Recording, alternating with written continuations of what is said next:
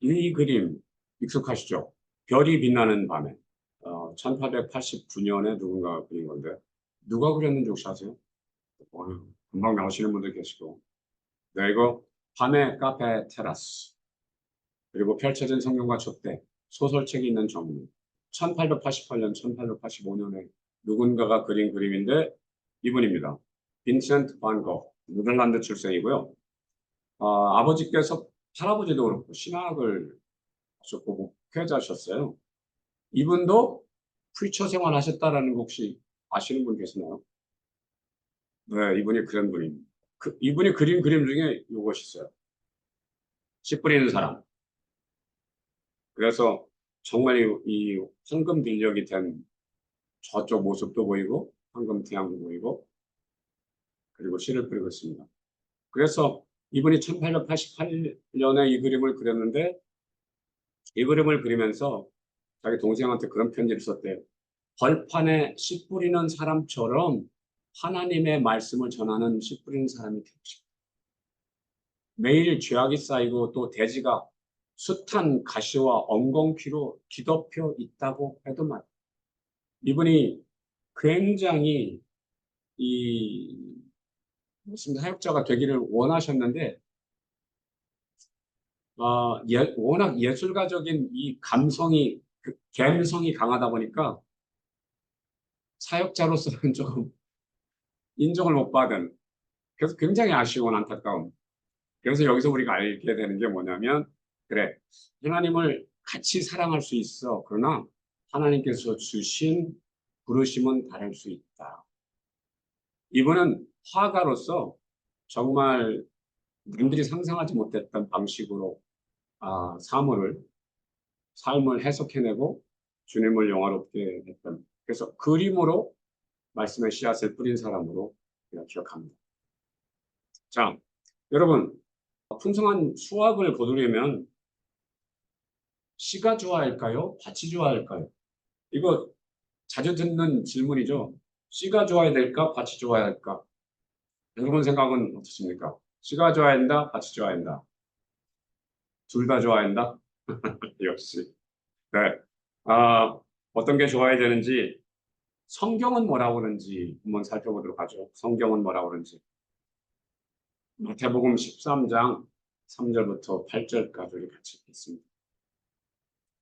예수께서 비유로 여러 가지를 그들에게 말씀하여 이르시되 씨를 뿌리는 자가 뿌리러 나가서 뿌릴새 더러는 길가에 떨어짐에 새들이 와서 먹어버렸고 더러는 흙이 얕은 돌밭에 떨어짐에 흙이 깊지 아니하므로 곧 싹이 나오나 해가 돋은 후에 타서 뿌리가 없어지므로 말랐고 더러는 가시떨기 위에 떨어짐에 가시가 자라서 기운을 막았고 더러는 좋은 땅에 떨어짐에 어떤 것은 100배, 어떤 것은 60배, 어떤 것은 30배 결실을 하였느니라. 아멘. 여러분, 이 말씀은 우리가 평생 정말 자주 들었잖아요. 씨를 뿌리는 자의 비유, 혹은 내 밭의 비유로 우리가 알고 있죠. 길가에 떨어짐에 새들이 와서 먹었다. 이 새들은 마귀 사탄으로 얘기가 되죠. 음, 길가에 떨어졌다라는 것은 뿌리가 도저히 들어갈 수 없는 상황이라는 거고요. 어, 예수님께서 말씀하셨던 때에는 그 로마 식민지로서 이스라엘 예루살렘에서도 어느 부분 이제 그 돌길, 완전 돌길이 있었던 때이기 때문에 정말 길가라고 하면 그런 돌길일 수도 있고 혹은 밟고 밟아서 정말 단단해질 대로 단단해진 그런 길가를 생각할 수가 있죠. 돌밭은 밭은 밭인데 속에 돌이 너무나 많아서 뿌리가 내리지 못하는, 중동 이스라엘을 가보신 분들은 알지만 거기 정말 돌이 되게 많아요. 그래서 정말 밭을 개간하려면 정말 힘들어하는 모습을 봤거든요. 돌밭에 떨어지면 흙이 깊지 않다라는 것은 환난과 핍박이 많아서 말씀은 듣지만 금방 그걸 버리는 사람들. 가시떨기 위에 떨어짐에 가시가 자랐다라는 것은 가시떨기는 뿌리까지는 내렸어. 그래서 좀 자랐어. 그런데 나 바빠요. 세상의 염려와 재물의 유혹. 나 렌트비도 내야 되고요. 뭣도 해야 되고요. 나 지금 막 밭을 사가지고 나 지금 소를 사가지고 일을 해러 가야 돼요. 뭐 이런 상황이죠. 근데 좋은 땅에 떨어진 것은 100배, 60배, 30배 결실을 맺더라라는 거죠. 그래서 이 말씀을 보니까 어떻습니까? 씨가 좋아야 하나요? 밭이 좋아야 하나요? 이 말씀을 보고 나니까 밭이 좋아야 된다? 네, 줄기차게 한 번은 둘 다 좋아야 된다고 말씀하십니다. 이 말씀을 보면, 이 씨앗은 하나님의 말씀을 상징하기 때문에, 씨앗도 좋아야 되고, 그런데 그 하나님의 좋은 씨앗을 뿌려보니까, 네 종류의 밭에 따라서 열매가 다르더라. 그래서 밭도 좋아야 된다라는 것을 말씀하고 계시죠. 씨앗도 좋아야 되고 밭도 좋아야 된다. 자, 그런데 예수님께서 해주신 말씀에서 조금 더 나갈 필요가 있다. 왜냐하면 비유로 말씀하셨을 때는 사실은 그 비유 속에 굉장히 많은 비밀들이 담겨져 있다. 예수님께서 말씀해 주지 않은 비밀들도 있다. 그래서 비유로 말씀하신 거거든요. 그래서 제자들이 물어요. 아니, 예수님, 왜 사람들 앞에서는 이 비유를 그냥 비유로만 말씀하시고 저희들한테는 이걸 해석해 주시나요? 그러니까 예수님께서 너희들한테는 이것들을 너희들은 알아야 되지만 저들은 몰라도 돼. 몰라야 돼. 왜? 악한 사람들이 지식으로 이것을 알고 회개하는 척 하면서 하나님 나라에 들어올 수 있기 때문에. 그래서 예수님께서 굉장히 강력하게 비유로 여러 가지 말씀을 하시죠. 자, 여러분, 1차적으로는 길가, 돌밭, 가시밭, 좋은 밭, 이것이 각각, 모든 인류는 예수님의 이 비유의 관점 속에서 보면 네 종류의 사람으로 나뉜다. 길가 같은 사람, 돌밭 같은 사람, 가시밭 같은 사람, 좋은 밭 같은 사람. 그게 기본적으로 예수님께서 우리에게 이 비유를 해석해 주시면서 말씀하신 거예요. 자, 그런데 이 비유를 조금 우리가 더 깊게 들어가면 어떤 것을 알 수 있냐면 이 비유는 아까 해석은 네 종류의 밭과 네 종류의 사람들이 존재한다라는 것이었어요. 그런데 이 비유를 조금 다른 관점에서 생각하면 어떻게 되냐면 내 과정을 거치는 한 사람으로 볼 수 있어요. 처음에는 나는 길가 같았어. 그런데 처음에는 그래서 내가 뭐 제 자신의 얘기예요. 처음에는 아무리 뭐 복음을 누가 얘기하더라도 전혀 저한테 와닿지 않았죠. 정말 길가처럼 단단하고 뺀질뺀질한 내 심령이 도대체 열려질 것 같지 않았죠. 그런데 크리스천 대학에 가서 차플 시간에 말씀을 듣고 하니까 어떤 말씀은 재밌다. 어떤 말씀은 교훈적이다. 어떤 말씀은 말도 안 돼. 이러면서 조금씩 뭐 재밌다든 뭐든 조금씩 말씀이 들어오기 시작했죠. 예수라는 분이 계시구나. 그분이 역사적인 분이었어? 그분이 그랬어? 조금, 내 마음속에 들어오셨지만, 그러나 돌밭 같은 저 속에 돌들이 가득 차 있었기 때문에 말씀이 뿌리를 내지 못했죠. 그런 것이 1학년 때 채플, 2학년 때 채플, 그리고 이제,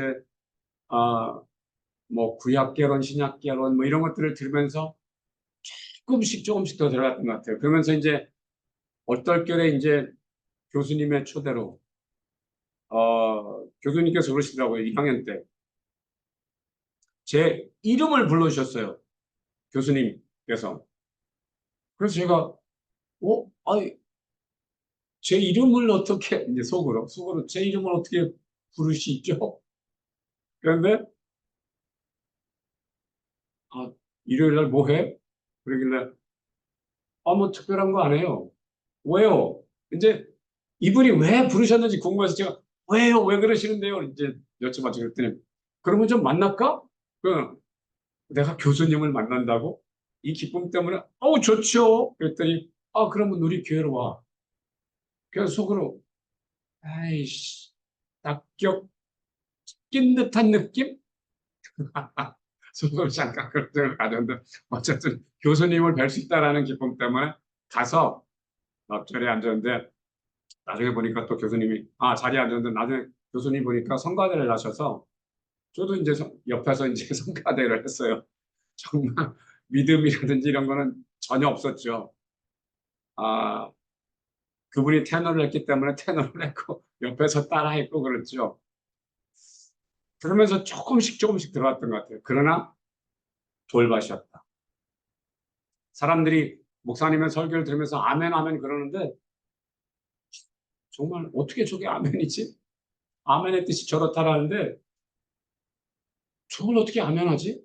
어쨌든, 조금씩 들어왔고,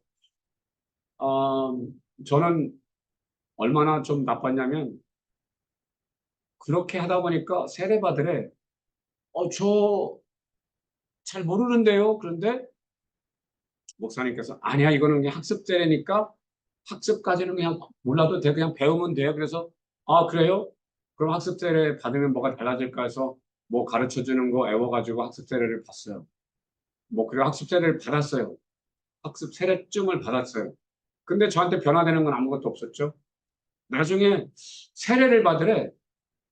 그래서 제가 여전히 변한 건 아무것도 없는데 혹시 세례를 받으면 뭔가 달라질까 해서 받겠다고 했죠. 그리고 제가 어떤 생각이 들었냐면, 그래도 내가 세례를 받는 거니까 하나님께서 뭔가 뜻이 있으시다면, 내가 세례 받을 때 뭔가 하늘이 딱 열리면서 비둘기 이런 거 한두 마리 날면서 뭔가 너는 내 사랑 아들이다 이런 말씀 정도는 있겠지라고 생각을 했어요. 기대를 했다라는 거예요. 그래서 그날 아침에 저도 뭐 하나님께서 그 정도는 준비하실 것 같으니까 저도 좀 준비를 했죠. 목욕 재개하고 양복이 또 그렇게 하고 이제 대학교를 갔어요. 자, 그래서 제 차례에 이제 목사님이 세례를 베푸시는데 이렇게 뭐 성부와 성자 성자 이름으로 성령 이름으로 세례를 주노라 하는데 저한테는 그게 굉장히 오랜 시간이었어요. 왜냐하면 이게 저한테는 이제 비둘기가 등장해야 되는 시간인데 라는 것 때문에 그러면 소리가 뭐가 나야 되는데 라는 생각을 가지고 있는데 목사님의 손이 점점점 이렇게 약간 눌렀던 것이 조금씩 이렇게 떨어져 나가는 것이 느껴져요. 나노 세컨드로 느껴져, 이게 무게가. 그럼 이제 지금쯤 비둘기 해야 되는데, 목사님이 이미 한 발자국 떼셨어. 근데 비둘기 이런 거는 등장을 안 해. 굉장히 실망했죠. 결론은, 결론은 아무 일도 일어나지 않았다. 아무 일도 일어나지 않았다. 그러면서 어쨌든 그렇게 세례받고 했지만 아무 일도 일어나지 않았고 미국에 유학 가가지고 말씀드린 대로 1988년 12월 24일 날 알래스카 설원에서 무릎을 꿇었죠. 그러면서 아 이제 주님 제가 제 머리로 하나님이 예수님께서 하나님이신 것을 이해가 되니까 제 구원자가 되십시오. 신이 되십시오라고 이제 고백했는데 그렇게 이제 보면 제가 길가였다가 돌밭이었다가 가시밭이었다가 믿음을 받아들이는 과정으로 이것이 내 종류의 내 사람이 아니라 그것도 사실 진실이에요. 그런데 이거는 한 사람이 어떻게 변화되는지 그 과정을 우리에게 잘 설명해 주고 있죠. 그래서 제가 그렇게 주님을 영접했는데 여러분 그러면 이 비유는 이게 끝일까요? 우리는 그 정도 선에서 이 비유를 이해했어요. 그러면서 우리 이제 좋은 밭이 돼야 된다라는 차원에서 설교를 그동안 들었는데요. 자, 오늘은 조금 다른 관점 속에서 이 비유를 이해해야 합니다. 그건 뭐냐면, 씨 뿌리는 자의 비유와 비전이 지금까지는 내 밭을 중심으로 해서 이 비유를 살펴봤어요. 그래서 결론은 우리 마음이 좋은 밭이 되어야 된다. 그래야 열매를 거둘 수 있다 하는 관점이었어요. 자, 그런데 이 비유는 사실은 내 밭의 비유라고 하기보다는 씨 뿌리는 자의 비유라고 예수님께서 말씀하셨습니다. 씨 뿌리는 자가 씨를 뿌리러 갔다라고 씨 뿌리는 자를 강조해요. 자, 그러면 씨 뿌리는 자 차원에서 보면 이 비유는 어떻게 달라질까요? 물론 이 씨 뿌린 자는 누구냐면 누구? 예수님. 그럼 예수님과 이 씨 뿌리는 자의 비유는 어떻게 연관이 될까요? 예수님께서 씨를 뿌렸는데 네 가지 종류의 밭이 있어서 사람들의 반응이 다 달랐어. 아마 그동안은 이렇게 여기까지만 이해했던 것 같아요. 자, 그런데 오늘 우리는 다른 해석 속으로 들어가야 된다. 다른 비밀 속으로 들어가야 된다. 그건 무엇? 사실은 예수님께서 이 씨 뿌리는 자의 비유는 예수님의 사역을 말씀해 주시는 거예요. 예수님의 사역을 그대로 단계적으로 말씀해 주십니다. 근데 특별히 어떻게 핵심적인 것들을 네 가지로 딱 묶어서 내가 씨 뿌리는 자고 내가 이렇게 씨를 뿌렸고 내가 이렇게 열매를 거두노라 라는 말씀을 해주시고 계신다는 거예요. 어떤 건지 살펴보죠. 처음에 길가는 무엇일까요? 세상과 사단에 밟히고 밟혀서 단단해진 우리를 상징해요. 그런데 우리가 길가 같은 사람이다 보니까 예수님은 어떻게 길가 같은 우리, 길가에 서성이는 우리 길가에서 방황하는 우리를 만나시기 위해서 예수님께서는 끊임없이 길가를 다니셨다.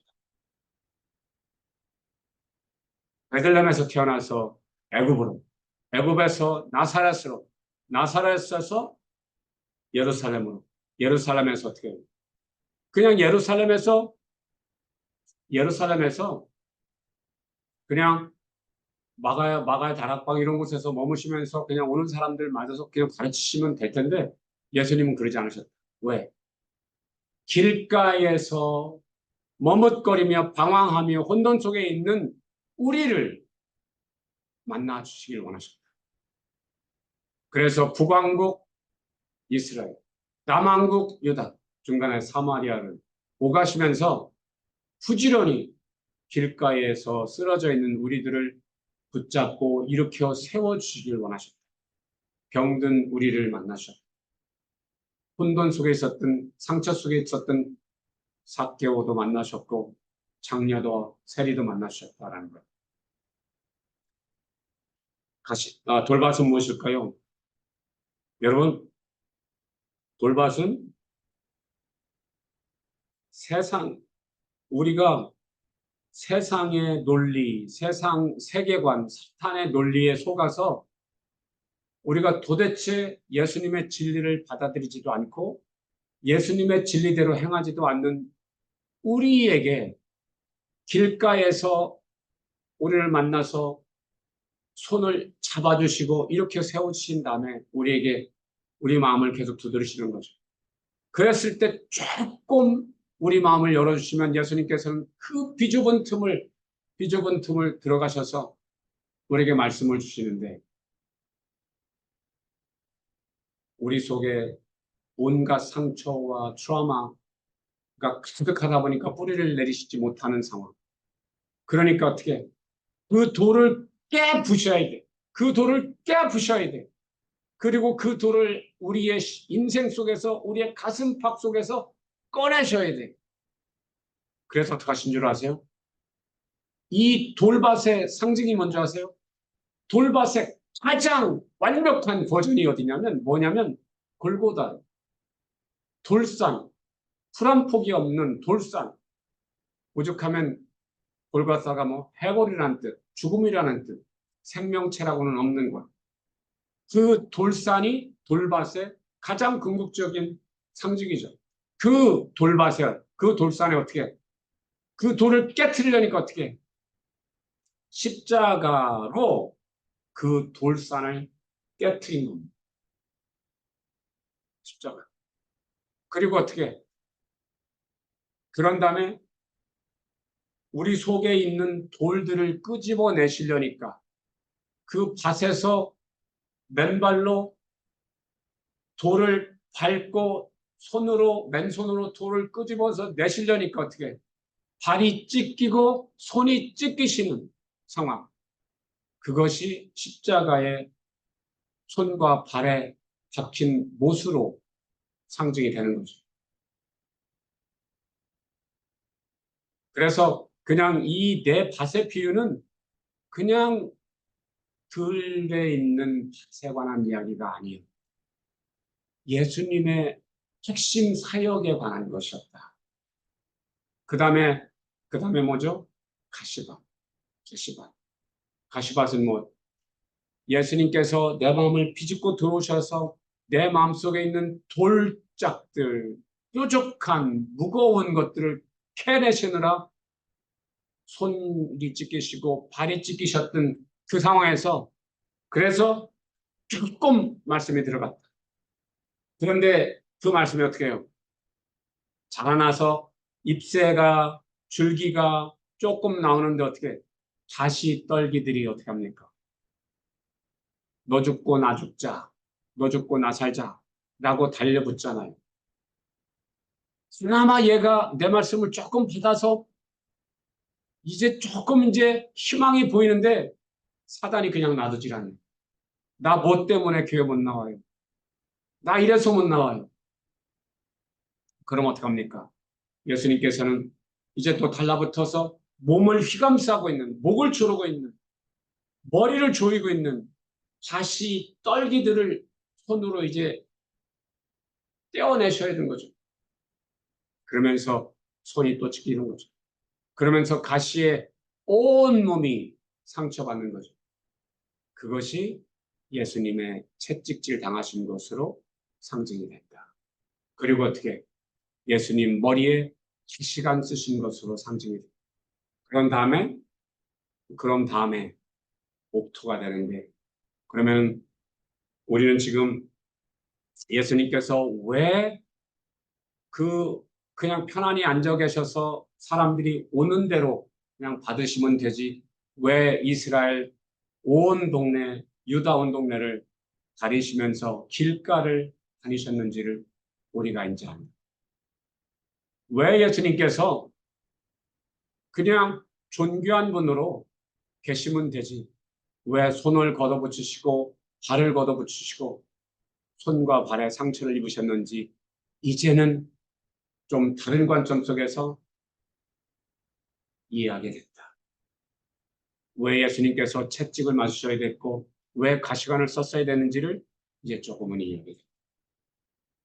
자, 그렇게 해서 이것을 우리가 예수님의 이런 사역을 통해서 이런 십자가,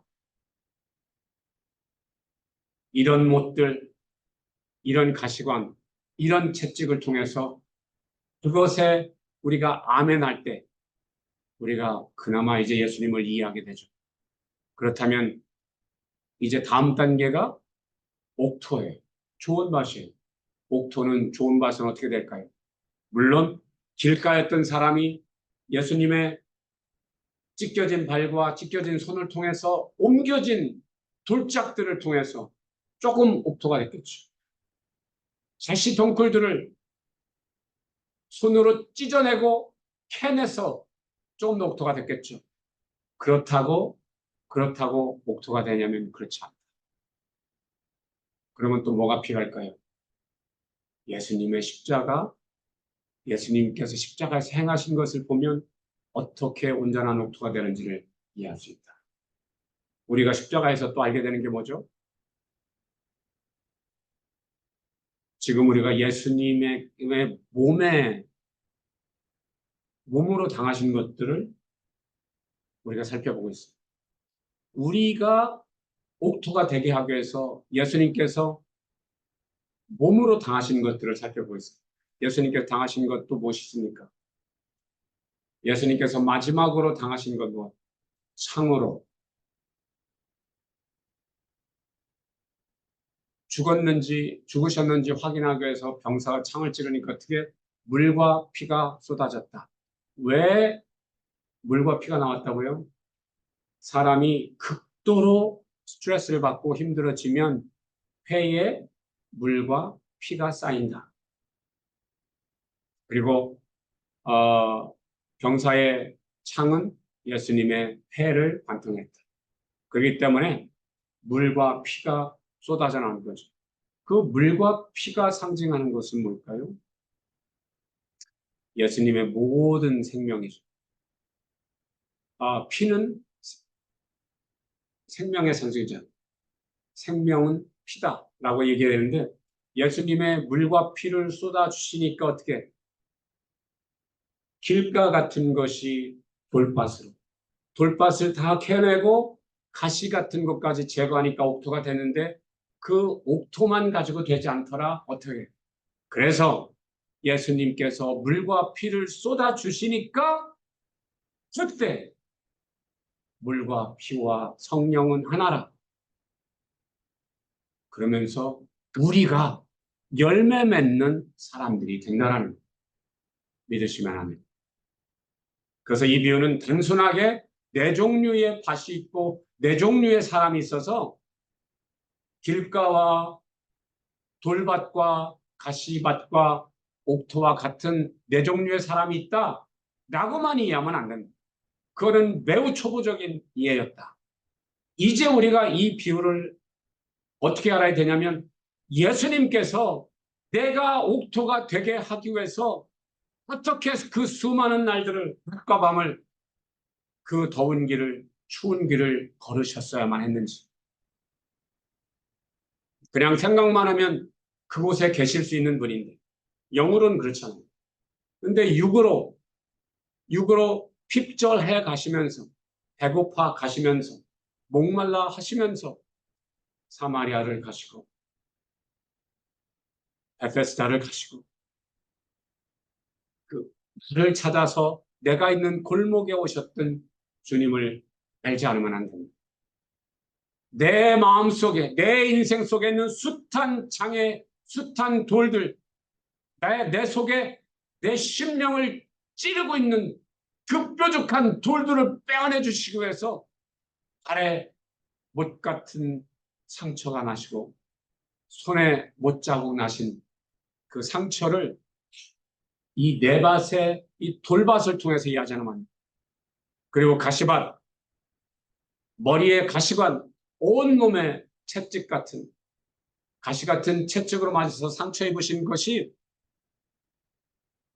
나를 죽이려고 엉키고 엉켰던 가시를 빼주시기 위한 것으로 이해하지는 안 됩니다. 그렇지 않으면 우리는 예수님을 제대로 이해하지 못하는 것이다. 그리고 어떻게 그렇게 흙은 준비됐죠. 그렇게 흙은 준비됐지만 예수님의 피와 물이 필요했던 우리 예수님의 물과 피가 필요했던 우리 그 물과 피로 우리가 온전한 도가 됐다는 사실입니다. 자, 그러면 여러분 질문 드릴까요? 풍성한 열매를 맺기 위해서 무엇이 필요합니까? 씨가 좋아야 할까요? 밭이 좋아할까요? 우리는 둘 다 좋아야 된다는 것을 알았습니다. 그런데 이 비유를 통해서 알게 된 건 뭐? 씨만 좋고 땅만 좋아서 되는 것이 아니었다. 일하는 농부가 좋았어야만 했다. 그래서 그 농부가 자기의 목숨을 버려서 가면서까지 좋은 씨앗을 좋은 땅에 심어주고 그 씨앗이 발화돼서 끝내 아름다운 열매를 맺게 하기까지 그 농부는 자기의 목숨까지 주시더라라는 거죠. 자, 그렇다면 우리가 어떻게 좋은 밭이 될 수 있을까요? 우리가 우리 힘으로 안 되는 것을 우리는 너무나 잘 알고 있어요. 들과 같은 우리가 어떻게 스스로 변하겠어요?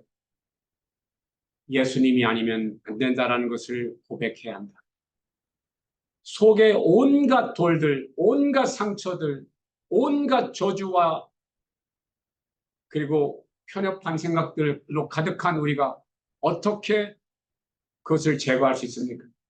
오직 농부 대신 예수께 우리 속에 있는 모든 상처들을 들이지 않으면 옥토될 수 없다.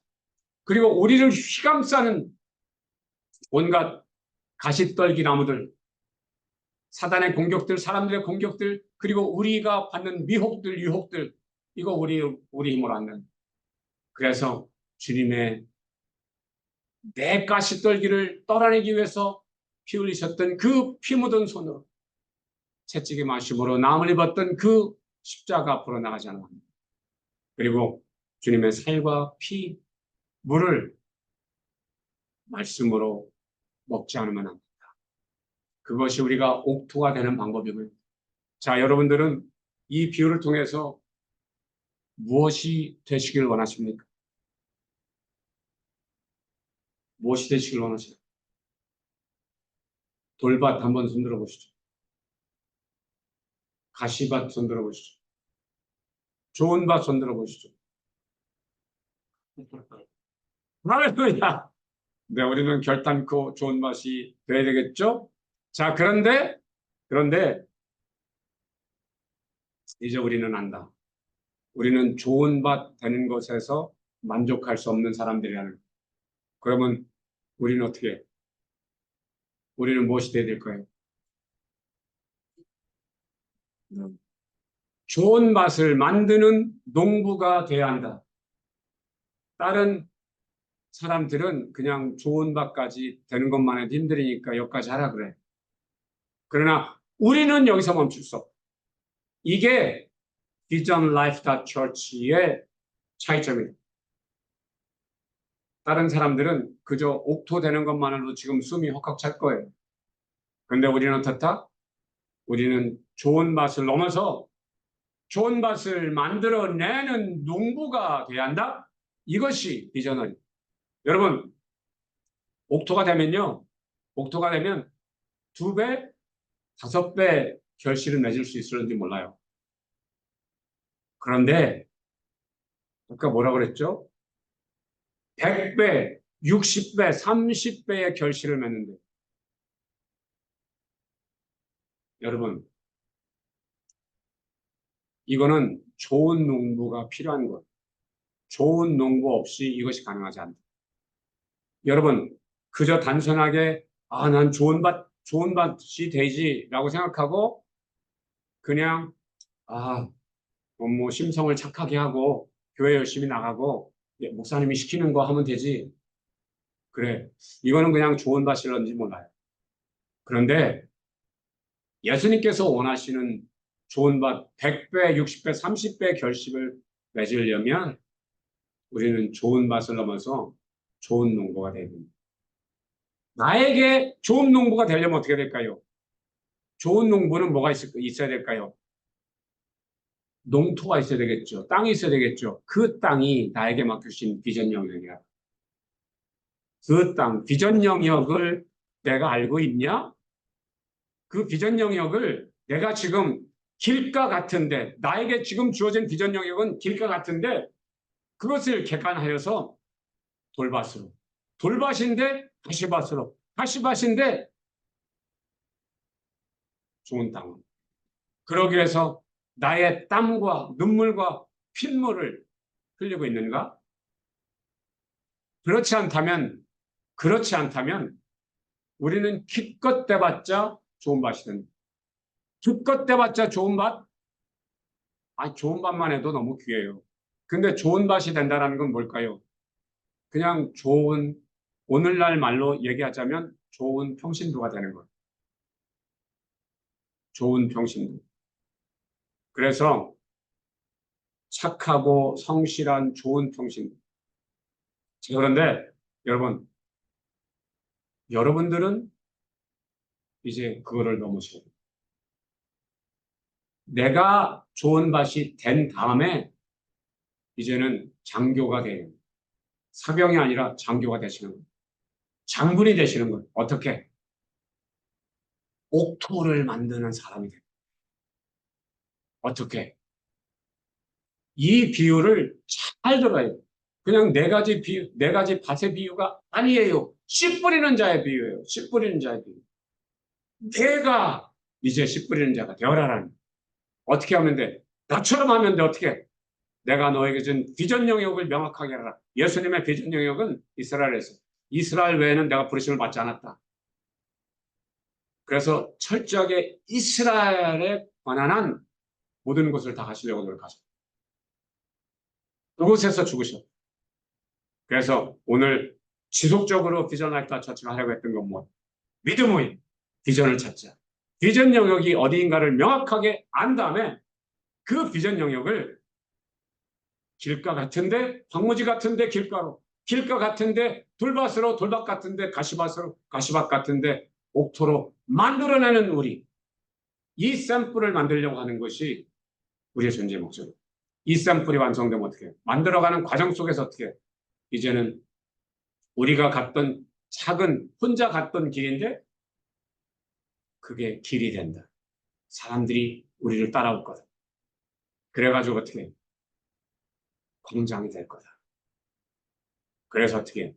이제 전 미국에서 열방에서 이것들을 배우러 옵니다. 여러분들께서 그렇게 그러면 그들에게 여러분들이 이제 해주실 말씀이 있는 거죠. 우리는 once I was 이랬는데 지금은 이렇습니다. 그 당시 내가 길가 같았는데 지금은 옥토였고요. 옥토가 됐고요. 그 다음에 씨 뿌리는 자가 돼서 여러분들을 여러분들에게 이 씨앗을 드립니다. 여러분들도 이 씨앗을 가지시고 옥토를 만드신 다음에 또한 씨 뿌리는 자가 되십시오. 이것이 비전을 할 때 이슈고요. 비전 멘토가 되면 여러분들이 씨 뿌리는 사람이 됩니다. 할렐루야. 우리 다시 눈을 감고